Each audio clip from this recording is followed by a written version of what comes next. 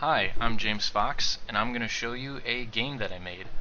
I made this at Folsom University as a halfway through the degree program project for game dev. I made this with a team of 3 people, and let's go and jump into the first level here. Now the thing about this game is it's classified as a dexterity game, which means skill with the controls. So what I'm going to do here is I have these 2 robots, and I'm using a controller, and each joystick on the controller controls one of the robots. I'm going to go ahead and start. Now see, I'm controlling each individually. So the idea is you have to keep track of both robots as you go. And you have pressure behind you to get you moving. That black stuff knocks down the tiles that your robots go on.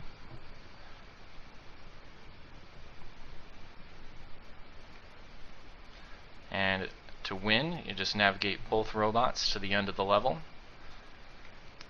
and progress to the next one. We also added a timer up there for high scores, or should I say low times. And this is just the basic tutorial level, just to learn some movement, because they can get pretty difficult later on. Alright, here we show our first obstacle, stun tiles. Freezes your robot for a bit, you can't move. So I should avoid those. We have our second obstacle of the game, pistons. These will push you off if you're not careful. So I'm going to wait for these to go. There we go. A little timing aspect. We have our third obstacle of the game, these unstable tiles that fall shortly after you walk on them. When combined with the pistons, you got to make sure you time it right as you're approaching them, so you're not waiting too long on the tiles. That's that level. We have our next obstacle, or not so much obstacle, it's just puzzle piece, conveyor belts to confuse your movement a little bit. And they'll make you fall off if you're not careful.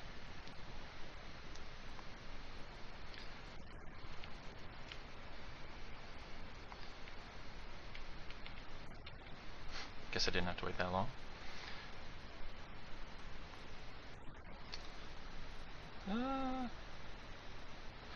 Now you notice I'm making this look fairly easy, but people who try this game for the first time, here's some moving platforms, people who try this game for the first time have a very hard time adjusting to controlling 2 things at once.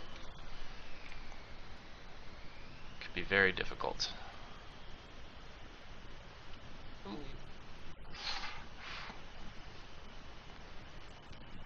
Now these levels were made in a level editor built by one of the other members of my team.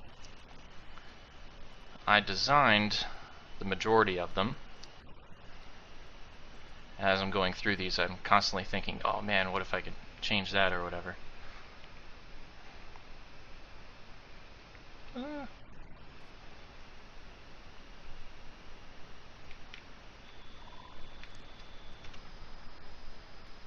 And if I do happen to fail one of these levels, get one of my robots knocked off, I'll just proceed to the next one just for the sake of time, because they do get pretty difficult later on. Here we have some slow tiles.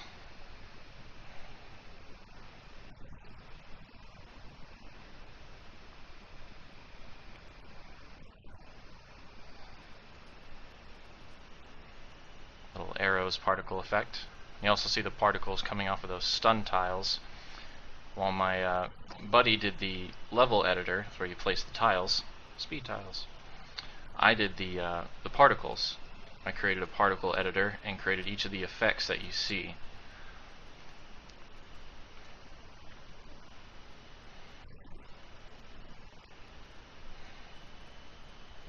There we go.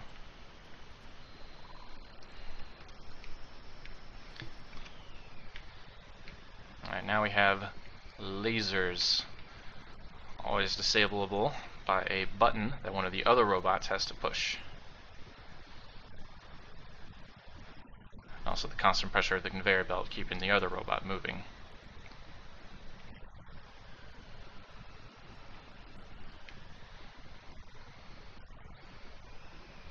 Now, while I did design the majority of the levels, I did not design all parts of them. This was the genius of Chris, our menu and controls guy. That can be very hard to do if you're not used to this game.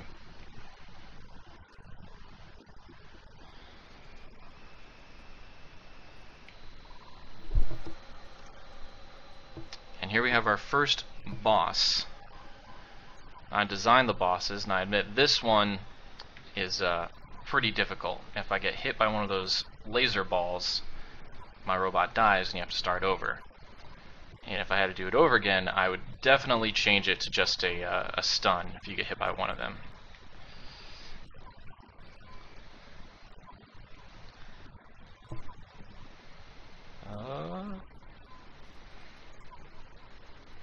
There's 2 more bosses in this game, but they're all usually they spawn objects in the world. Like you see here, he's spawning those pistons in addition to those lasers, and so it's still mostly about navigating the obstacles.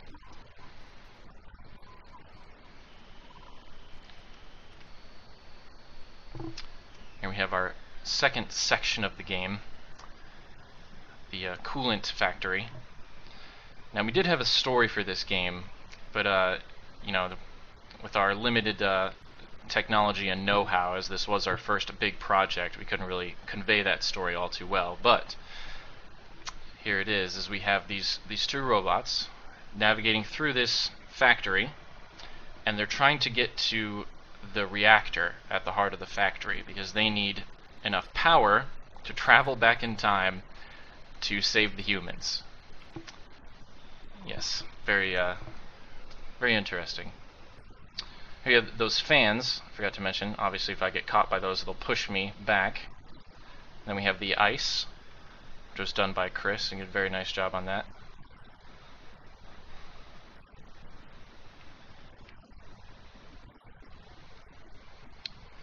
And here we have the first time that the player swaps sides. So now I have the opposite joystick controlling the robots on either side. So my right joystick is controlling the red one there on the left, and vice versa, which can really mess with your head. I just got confused right there.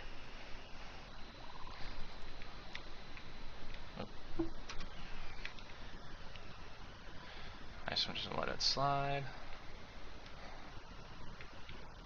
Okay, caught by the fans.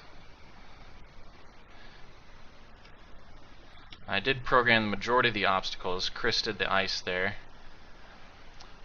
Ryan did the world editor. He did a lot of work allowing me to create all these levels, all this crazy stuff. That beam on the moving tiles there, that's a particle effect as well. So is the laser, of course. As well as the blue stuff you see underneath when I'm on the ice. And the fans, the little wind blowing there.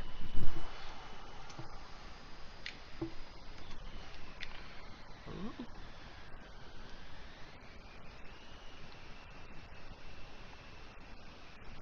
And now we have teleporters, and again I'm on the opposite side. The best course of action is to usually do them one at a time. Seem to be doing okay. And switch back. Whew. Okay.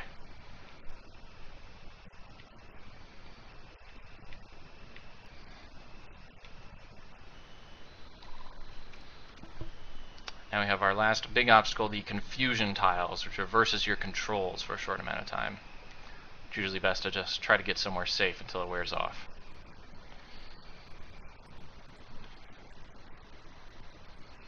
And with this game, we did make it the goal to have the best time. So with the level design, I tried to present paths that are faster to the player, but also much more risky, which I tried to take, but I still failed because I was scared to move with the confusion on my robots.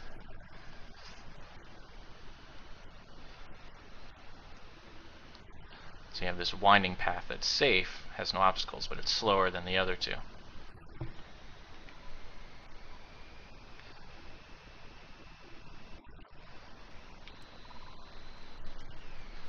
Now we have our second boss, and all he does is he freezes tiles like you see there, and he'll also spawn fans off to the side that can blow the player off.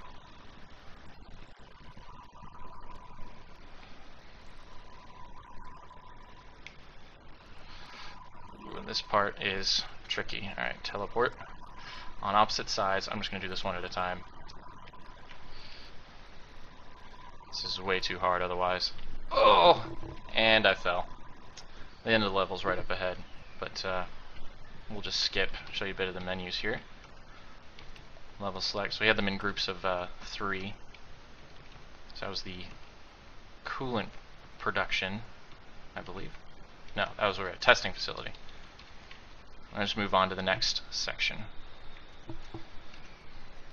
This is the testing facility. It's about to get a lot harder. Those little gaps in the conveyor belt kind of trick you.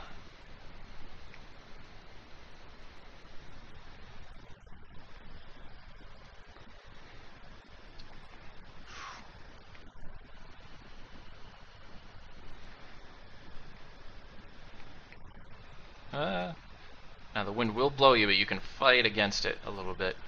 Piston's a surefire way to get knocked off. Fans you can fight.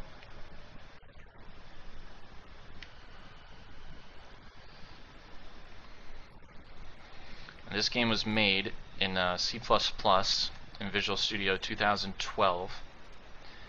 And it was made on an engine that the school provided for us, as it was our first time working on a big project.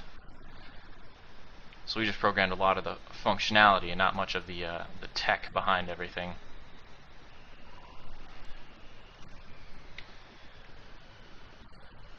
Except for the editors. Like I said, my buddy Ryan, who made the level editor, he put a lot of work into that. And I made the particle editor, and we both made those in C#.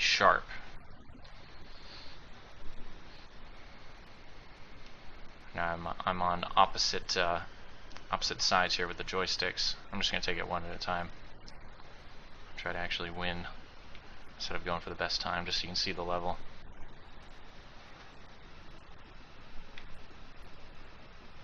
Teleporter, take me up there, put me right onto a confused tile. And if I could go back and redesign these, I would make some of them a bit easier. Because when you're testing all the levels, you know, it's like, oh man, it's too easy, or whatever, but you're testing it, and you're getting better and better at the game. When we finally had people test the build for the first time, we had this black stuff going way faster and chasing you on your butt, but people who were playing it for the first time, it was way too much pressure, and we slowed it way down, actually. And so if you find yourself playing this and it does actually catch up to you, that means you are pretty slow. But that's okay, because you're learning.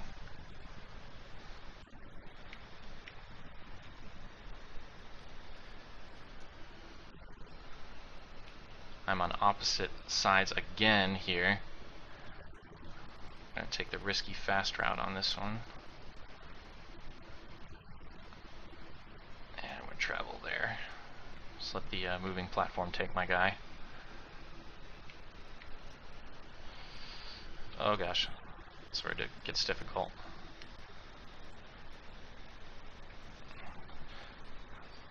So I can't stop moving. I can't do one at a time. There we go. Oh, oh no. Oh no.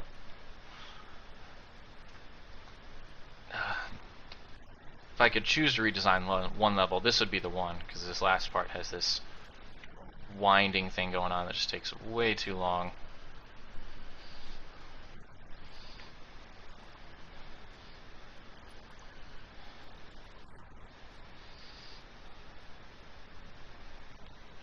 There we go. And this is my favorite level. You'll see why here in a bit. Whoa. Got a crazy variety of paths right here. I almost always go the safe route here on the slow tiles.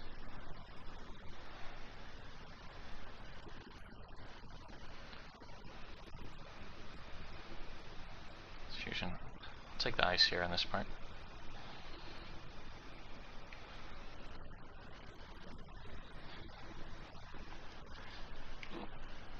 Sometimes it's beneficial to get stunned on purpose so you don't fall off. Now my favorite part. Oh, where am I? And the secret to this part is you just hold one direction for each the whole time and you'll keep on teleporting. Cool little teleportation particle effect I did as well in my particle editor. Da-da-da. Here you have the fast route on the ice over there, which I should have taken.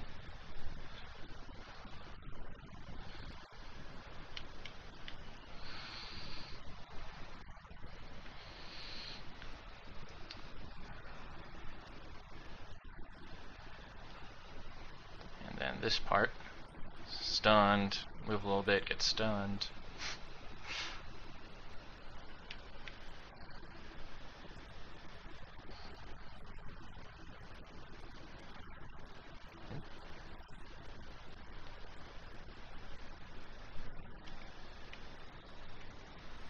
Oh gosh. I'm gonna mess myself up.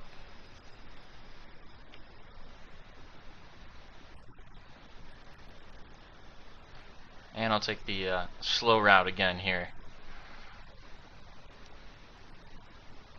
That's one part I haven't mastered of this game is the confusion tiles.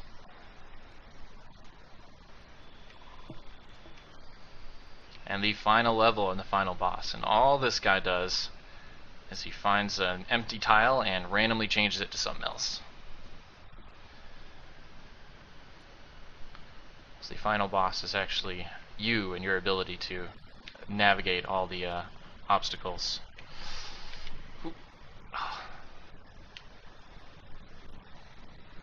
Can't lose on the final level. You gotta be careful here, because if you go on the right too fast, you don't make it in time on the left. Teleporter, and now I have switched sides. I'm gonna try my darndest not to die.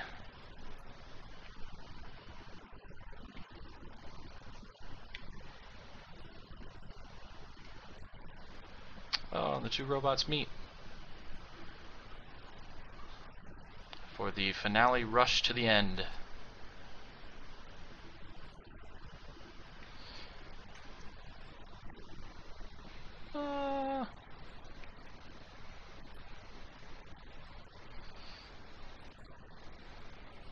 Yay!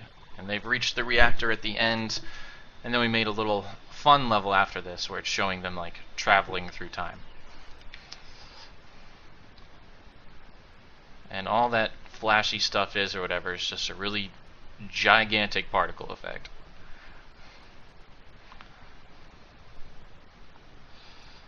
That noise you're hearing is the black stuff creeping up on me. Yay! And that is ScrambleBots. So, if you have any questions, leave them. So I'm just going to cut off the video here.